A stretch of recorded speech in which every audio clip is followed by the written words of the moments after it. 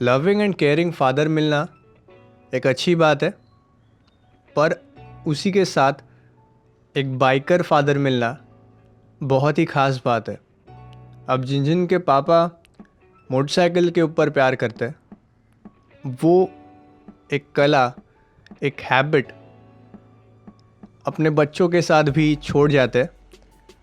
और बहुत बार ऐसा होता है कि आप कोई चीज़ को डिज़ायर करते हो और जब वो चीज़ कंप्लीट होती है तो वो सिर्फ कंप्लीट नहीं होती, वहाँ पे बहुत सारे ट्विस्ट एंड टर्न्स होते हैं। तो ऐसे ही कुछ मेरी भी डिज़ायर थी, ड्रीम था कि वापस डैड के साथ एक राइड करेंगे। और ये लॉकडाउन के टाइम पे प्रॉपर चालान वालान निकाल के हम लोग निकले थे। सोचा था कि बहुत स्मूथ एंड स्टेडी राइड जाएगी, पर जितने सारे ट्विस्ट्स एंड टर्न्स इस रोड पे थे उतने ही पूरी राइड पे भी। Hello guys and welcome back to my channel and I hope you guys are doing absolutely fine.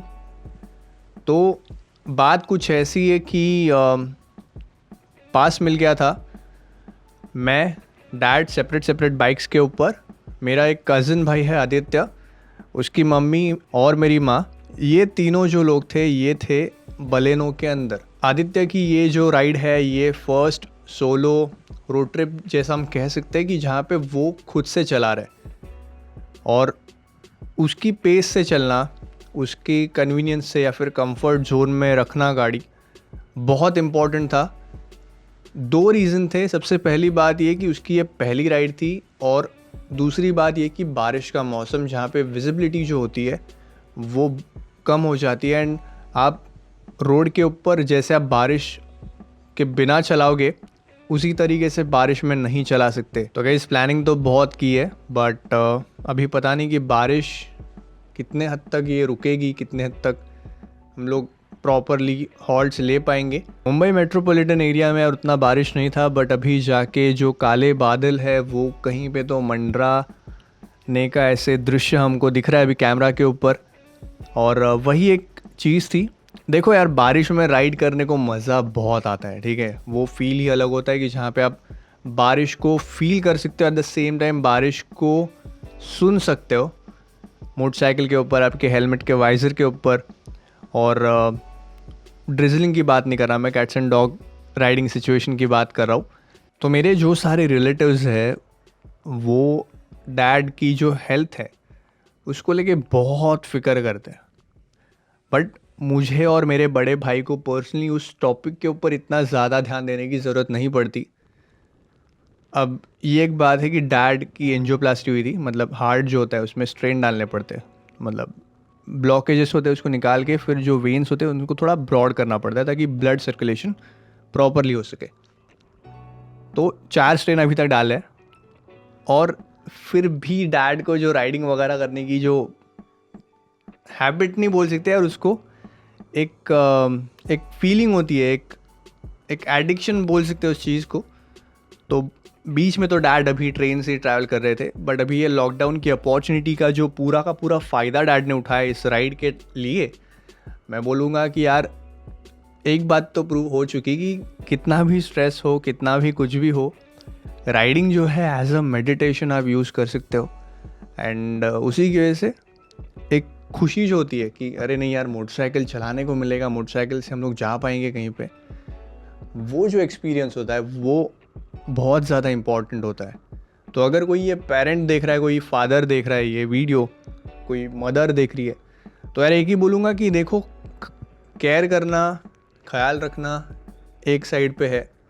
अगर आपके बेटे को कोई फालतू की एडिक्शन नहीं है except for the riding, but वो फालतू नहीं बोल सकता मैं, पर एडिक्शन है वो, ठीक है, एक हद तक कह सकते हैं कि चलो एडिक्टेड टू मोटरसाइकिल्स, वो डायरेक्टली हार्म कॉज नहीं करने वाला। अगर पूरी केयर के साथ अगर आप ट्रैवल करते हो हाईवेज के ऊपर, चांसेस बहुत कम है कि आप आपकी खुद की गलती से गिरोगे या एक्सीडेंट होगा। अगर दूसरे की गलती होगी तो that is a complete different story and उसका कुछ कर भी नहीं सकते। बट अगर खुद से अंदर से आप केयर करके चलाते हैं आपका बेटा, आपकी बेटी, तो I think there is no reason to stop them from doing all these rides. That's what I have learned from my father. Because बहुत टाइम ऐसा था जहाँ पे मेरे को ट्रेनिंग मिल रही थी, मतलब पिलियन जैसे मेरे को ट्रीट करते थे यार, मतलब चलाने मिलता ही नहीं था जब तक मेरा लाइसेंस आया ही नहीं। दैट वो पॉइंट तक मैं डबल सीट बैठता था, और मुझे पता है कि अगर आप बहुत टाइम तक डबल सीट बैठ के किसी के साथ लॉन्ग राइड के लिए जाते हो तो आपके जो बम्स है उनकी क्या ख़राब हालत हो जाती है।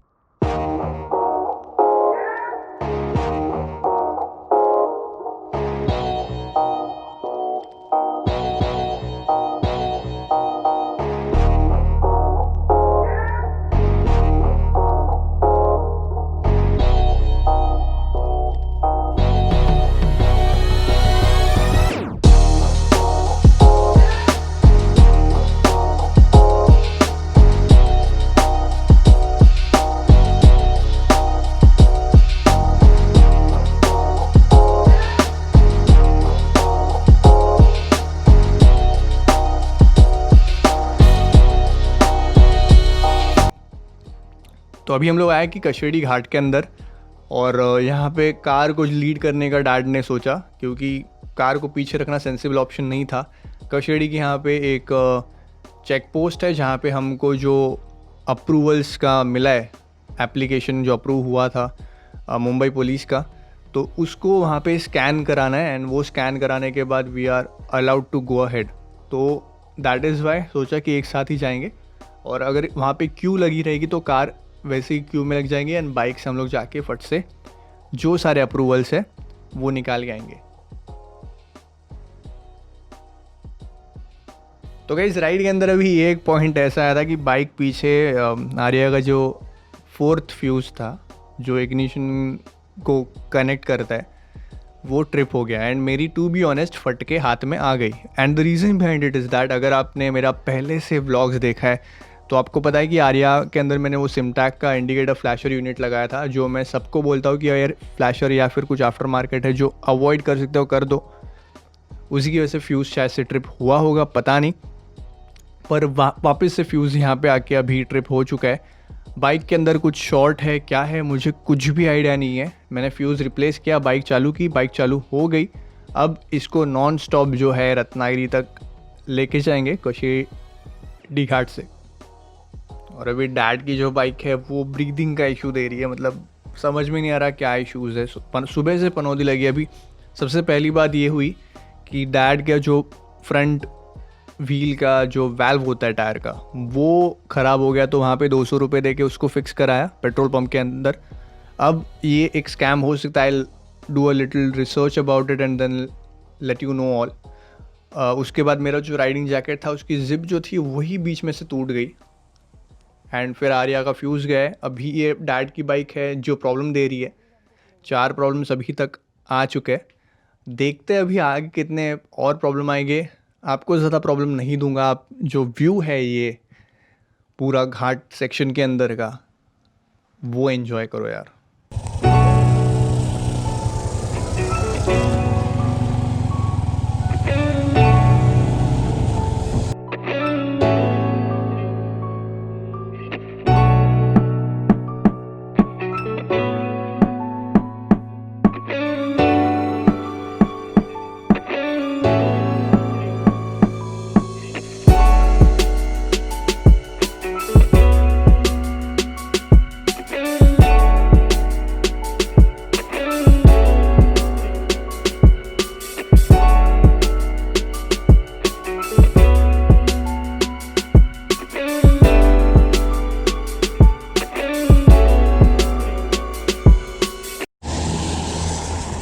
तो आर्या का जो फ्यूज़ था वो वापस से अभी उड़ गया है, एंड ECU को रीसेट करने के लिए बैटरी का जो पॉजिटिव टर्मिनल है उसको निकाल के वापस बिठाएंगे। बट बिफोर दैट जो स्पेयर फ्यूज़ था मेरा वो भी चले गया। तो डैड अभी गए एक्चुअली एक गराज टाइप जो जगह होती है जहाँ पे आपको फ्यूज़ मिल सकता है वो ढूंढने के लिए। होपफुली उनको मिल जाए, फिर बैटरी का टर्मिनल निकाल के ECU को रीसेट करके फिर निकलेंगे घर की ओर। यार क्यों करना है मतलब यार इसको।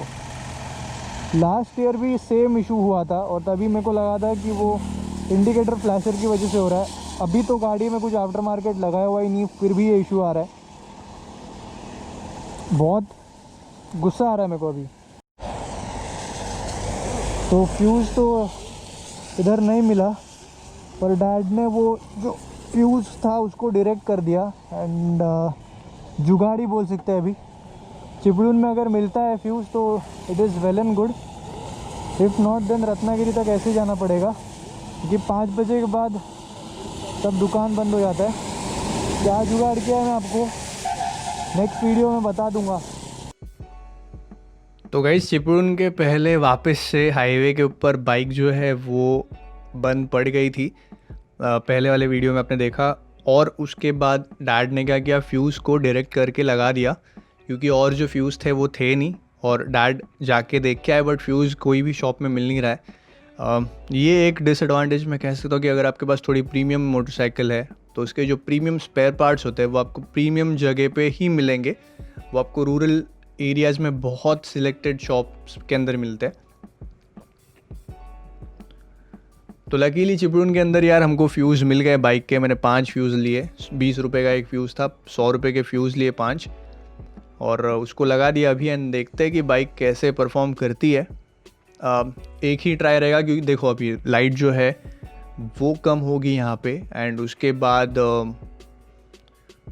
विजिबिलिटी जो होगी वो कम हो जाएगी। तो जितने जल्दी हो सके चिपळूण से लेकर रत्नागिरी तक का जो डिस्टेंस है 100 किलोमीटर के आसपास है, 100-125 के आसपास, वो जितना जल्दी हो सके हम लोग कंप्लीट करने की ट्राई करेंगे। और डैड को चश्मा है, ठीक है, और 55 एज अभी रनिंग है, तो विजिबिलिटी नाइट की उनको और भी कम हो जाती है। तो मेरे को एनी विच वेज लीड करना पड़ेगा।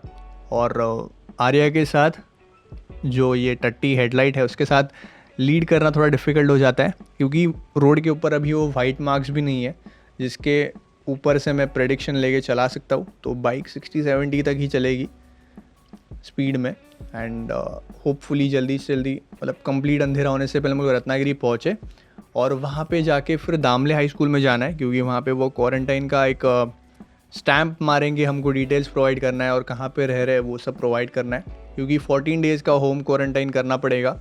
एंड आपको बताऊंगा कि एग्जैक्टली क्या इशू था बाइक के अंदर एंड क्यों प्रॉब्लम हुआ इस कंप्लीट राइड के अंदर। अब इस वाले वॉइस ओवर में मैं यार आपको बहुत इजी ये लगा रहा हूँ साउंड करने के लिए, but just think about it, when you start a ride and you complete that 375 kilometres in and around 14 hours, in rain, in heat, in fatigue and frustration, and in anxiety and in depression. Just think about it कि वो ride कितना ज़्यादा weird हुआ होगा। मतलब ये मेरा अभी तक का डिफ़िकल्ट राइड नहीं था, I will be very honest, but bike के ब्रेकडाउन के वजह से, बाइक के इलेक्ट्रिकल फेलियर के वजह से, जो ब्रेकडाउन्स हम लोगों ने एक्सपीरियंस किए उसके वजह से मेरा जो इमोशनल ब्रेकडाउन हुआ है इस राइड के अंदर कि यार बाइक अगर बंद पड़ गई तो क्या करना है, क्या नहीं करना है, कुछ कर नहीं सकते, कुछ समझ में नहीं आता है, टेम्पो में डाल के लेके जाना पड़ेगा। ये सारी चीज़ें जो दिमाग में चलती है ना, वो आपको और ज़्यादा थकाती है। डैड ने एक बात बोली है कि मुंबई जाने के बाद R15 को तू बेचेगा और कुछ और ख़रीदेगा, क्योंकि ये नाटक जो है बाइक का ये बस हो गया अभी। अब मेरे को उनको भी कन्विंस करना है कि नहीं भाई, बाइक का फॉल्ट नहीं है, यहाँ पे कुछ और रीज़न हो सकता है, फिगर आउट करेंगे क्या कर सकते हैं। But I am very fortunate कि डैड को इलेक्ट्रिकल नॉलेज है, dad works in Reliance energy जो अभी अदानी है, तो उनको पता है कि यार क्या वायरिंग होती है क्या नहीं होता। तो उन्होंने यार उनका जो DIY चीज़ें होती है उसको करके, सोल्यूशन ही नहीं था और बाइक पूरी तरीके से बंद पड़ेगी, उसको चालू करने के लिए कुछ तो करना पड़ेगा। तो फ्यूज़ को डायरेक्ट करके कंटिन्यू किया राइड एंड चिपळूण तक पहुँचे, फ्यूज़ खरीदे, फ्यूज़ खरीदने के बाद रत्नागिरी तक कैसे वैसे करके पहुँच गए। बाकी जो सब है माल मसाला आपको मैं बताऊंगा नेक्स्ट वीडियो के अंदर। That's pretty much it about today's vlog. I hope to see you guys in my next vlog. Up till then, this is Red Up signing off. Ride safe and as always, don't be a squid. Thanks for watching. Stay awesome and keep raving. Insta पे follow नहीं किया तो कर लो। Q&A जो questions थे मैंने वहाँ से ही उठाने वाला हूँ। पोस्ट तो अभी हट गई रहेगी, बट कर दो यार।